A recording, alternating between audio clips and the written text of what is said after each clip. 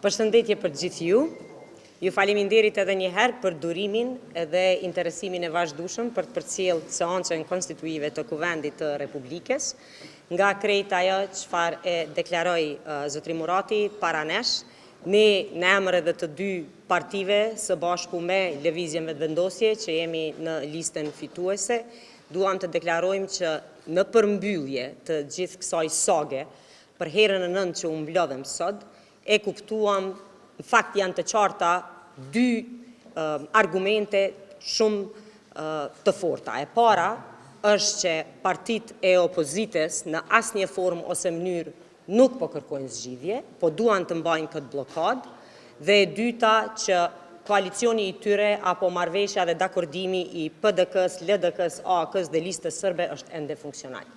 Në formën e prezantimit të argumenteve se kinse nuk ka të drejtë kryesuesi i seancës të ndrojë formën e votimit, me deklarime se është antikushtetuese, në asnjë argumentim nuk u përmend ndonjë kushtetues apo i rregullores së punës së Kuvendit që e parandalon votimin e fshehtë. Në të kundërtën, votimi i fshehtë parashihet e sidomos bazuar edhe në udhëzimin e aktgjykimit gjykatës kushtetuese, në letrën e presidentes drejtuar partive politike dhe Kuvendit të Republikës për të zhbllokuar këtë situatë dhe për të gjetur mënyra për dalë nga kjo situatë. Ne po mundohemi maksimalisht, qoftë me komunikim të drejtë për drejtë, qoftë me ftesë në nivel të kryetarëve të partive siç ndodhi sot, por edhe me mënyrën e formës së votimit në cilin do të lirohej ose do të mundsohej që vullneti i deputetëve të shprehej përmes votimit të fshehtë, por ajo as nuk u pranua si alternativë. Dhe kjo formë e refuzimit të çfarëdo zgjidhjeje me kushtëzim apo me subjektivizim me emër të përveçëm, është formë e cila e tregon se nuk ka interes për të konstituuar Kuvendin. Ka interes për të mbajtur shtetin e bllokuar. Ne do të mundohemi prapë, nuk është kjo fundi, ne do të vazhdojmë të propozojmë zgjidhje tjera. Por edhe një herë ritheksojmë se sot as nuk erdhi deri te votimi për kandidatin ose kandidatën e propozuar nga ne për kryetarin e Kuvendit. Do të thotë sot u bllokua procesi. Sot votimi nuk ka ndodhur, se e pash edhe në shumë prej mediave të respektuara që keni deklaruar se dështon Albulina Haxhiu. Sot nuk erdhi fare as propozimi për kandidatën për kryetarin e Kuvendit. Sot u bllokua që në start çfarëdo tendence ose mundësie që të kemi një rezultat pozitiv për konstituim të organeve të Kuvendit. Prandaj duhet të tregojnë shumë qartë ku e kanë hallin, se diku një hall shumë më i madh është se sa funksionalizimi i Kuvendit. Duket se halli i tyre është se nuk janë votat për qeverinë që ata pretendojnë se mund ta bëjnë, apo duket se duan që çdo gjë ta bëjnë çështje të pazarit politik. Pazar politik, marrëveshje politike nuk bëhet për çështje të konstituimit të Kuvendit. Qytetarët kanë folur, mandatet i kemi marrur, emrat dhe votat janë publike, raporti është votuar në Kuvend. Tani veç duhet të formohet Kuvendi në mënyrë që të procedohet me formimin e qeverisë. Që është gjithë kjo ngarendje që në secilin hap, në secilin tentativë të deklarohemi ose të mundohen të na portretizojnë si bllokues, shantazhues, njerëz që mundohemi me forcë t'ju marrim votën. Askujt për asgjë me forcë nuk po mundohemi t'ja marrim asnjë votë ose shprehjet vullnetit, po mundohemi të gjejmë zgjidhje. E pat deklarimet e deputetëve se këto janë shkelje kushtetuese, i inkurajoj që të kërkojnë interpretim nga gjykata kushtetuese. Tashmë e kanë marrë mandatin. Tashmë janë zyrtarisht të verifikuar edhe me votën e tyre të konfirmuar. Prandaj le ta dërgojnë gjykatë kushtetuese, mos ta malltretojnë një popull të tërë me këto komente nga foltorja e Kuvendit, që nuk përndryshe dhe ata kanë bërë shkelje, se kjo seancë nuk parashet debat. Është e qartë me rregullore. Në seancën konstituive nuk pat debat, sot përveç debatit pat edhe fyrje, edhe etiketime. Prandaj kjo formë e shprehjes së mllefit apo mërzisë së tyre për rezultatin zgjedhor nuk duhet t'ju përcjellet qytetarëve. Le të reflektojnë edhe një herë, le ta shohin se ata ne nuk mund të na bëjnë kushtëzime, por as ne atyre s'ju bëjmë. Të formojmë Kuvendin dhe pastaj vazhdon procesi për qeverinë, i cili është saktësisht i precizuar. Ja kisha përcjell fjalën edhe kolegut tim nga Guxo, zotri Faton Peci, dhe pastaj në këtë mënyrë që e propozuar sot, se pas 9 seancave ose 7 seanca kur provohet me votu. Okej, një deklarim shkurt para se ti përgjigjemi pyetjes. Unë mendoj që Kosova si rrallë herë ka nevojë urgjente që të ketë institucione legale dhe legjitime të dalë nga vota e qytetarëve të Republikës Kosovës që e kanë shprehë dhe demonstruar me datën 9 shkurt.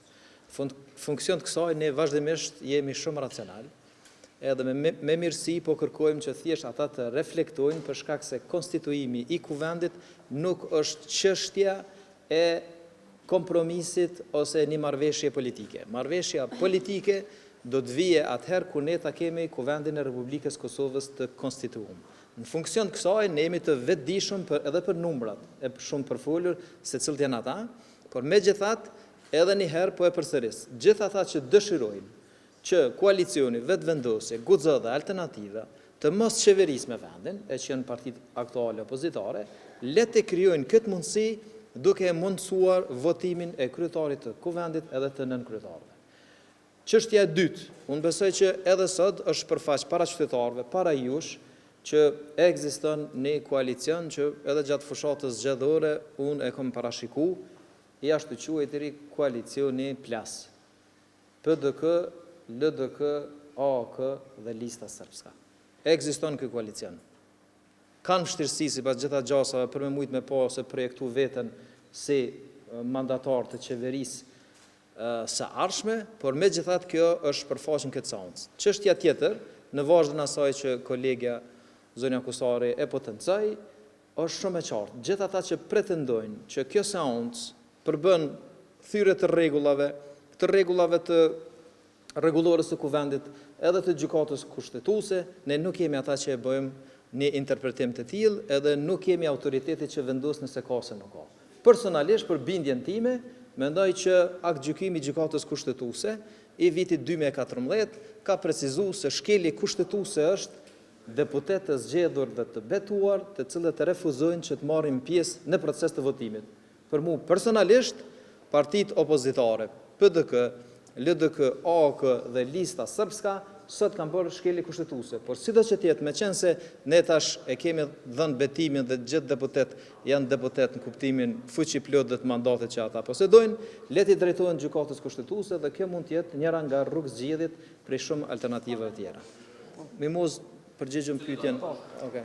Në fakt, ne donim që si proces i cili po shihet se po përcjellet me shumë presion, të lirojmë ose të ofrojmë mundësinë që ai proces të kalojë në një format tjetër, i cili gjithmonë është që tregon vullnetin e drejt për drejt të deputetëve. Ka deputet të ndryshëm që kanë deklaruar, po them edhe një herë, jo drejt për drejt, por që kanë deklaruar që janë të interesuar të gjejnë zgjidhje që të zhbllokohet situata, prandaj e kanë formën më të mirë të mundshme, përderisa janë drejtuesit e partive që deklarojnë në vazhdimsi deklarata që shkojnë konform frymës bllokuese, jo zhbllokuese. Prandaj kjo do ishte forma më e mirë të shohim se me të vërtetë është vullneti të gjithëve, të shihet për qëndruar këtë situatë apo ka ndonjë bindje tjetër. Po prapë po e them, sot u votu kundër procesit. Kandidati as nuk u propozua ende. Do me thonë, ata janë kundër me frikën e tyre se mund t'ju ndodhë diçka që ata nuk e kanë kontroll.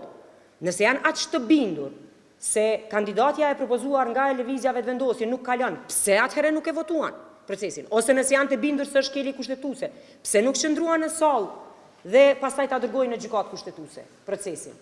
Asnjërin as tjetrën u bën edhe prokurorë dhe gjykatës vet.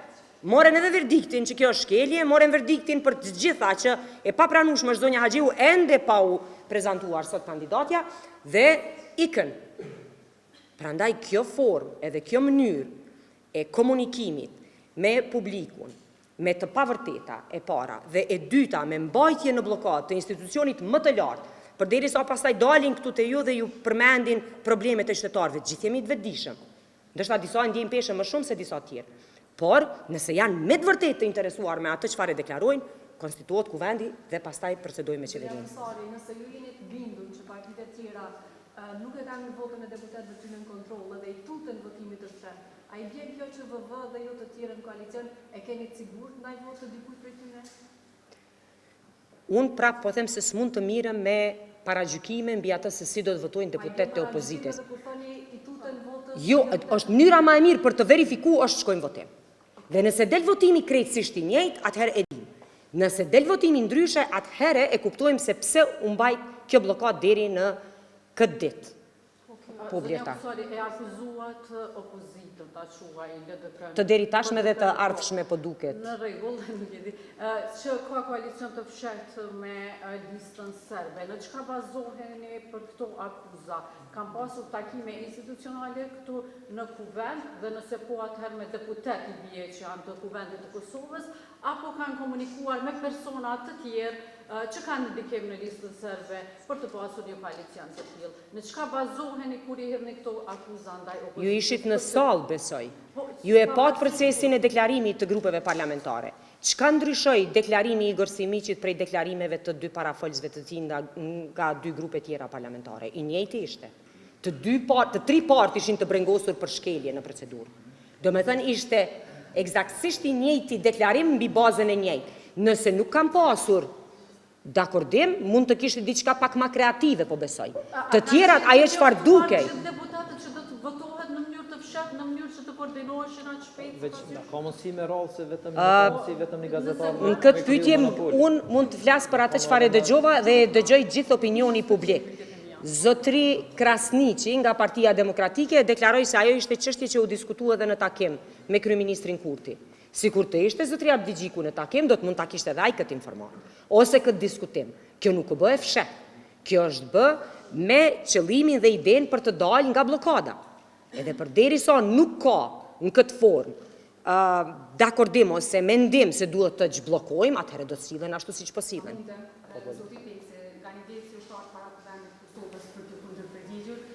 Ka thonë se nuk ka dërgu asnjë SMS, juve përveç kësaj, ai ka thonë se ka në Ministrinë e Bujqësisë ka pru disa dokumente të cilet do taj që ju e keni anashkalu dhe bëhet fjallë për uzurpim disa tokave dhe se zoti Peci po tenton në përqa gazet Peci.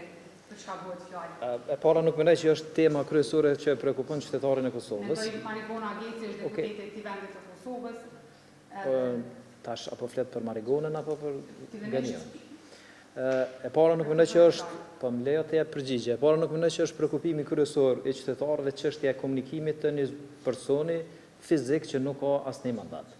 E dyta, unë u përgjigja në pyetjen që ju mashtruat, për shkak të respektit që vazhdimisht ndonë para gazetarëve për me dhënë opinionet dhe vlerësimet e mia.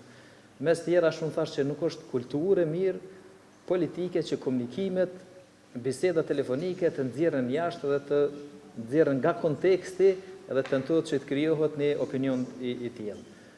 E treta, unë në hyrje thash, ka nga ata që janë akter politik, po që nuk i nxjerrin SMS-at jashtë.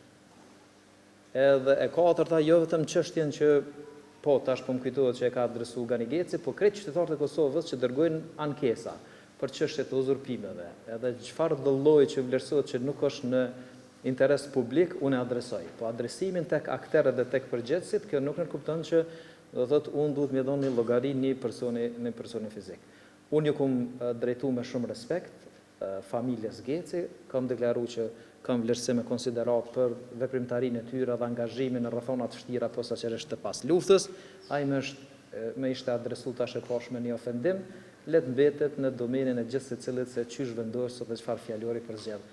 Po kur flasim për thirrjet edhe për SMS-at, është shumë e rëndësishme që kultura politike e dikujt që pretendon me kon akter i rëndësishëm në skenën politike nuk e lejon një çështje dhe një sjellje të tillë, në të cilën është pretenduar të gjykohet një bisedë telefonike e kryetarit Konjufca.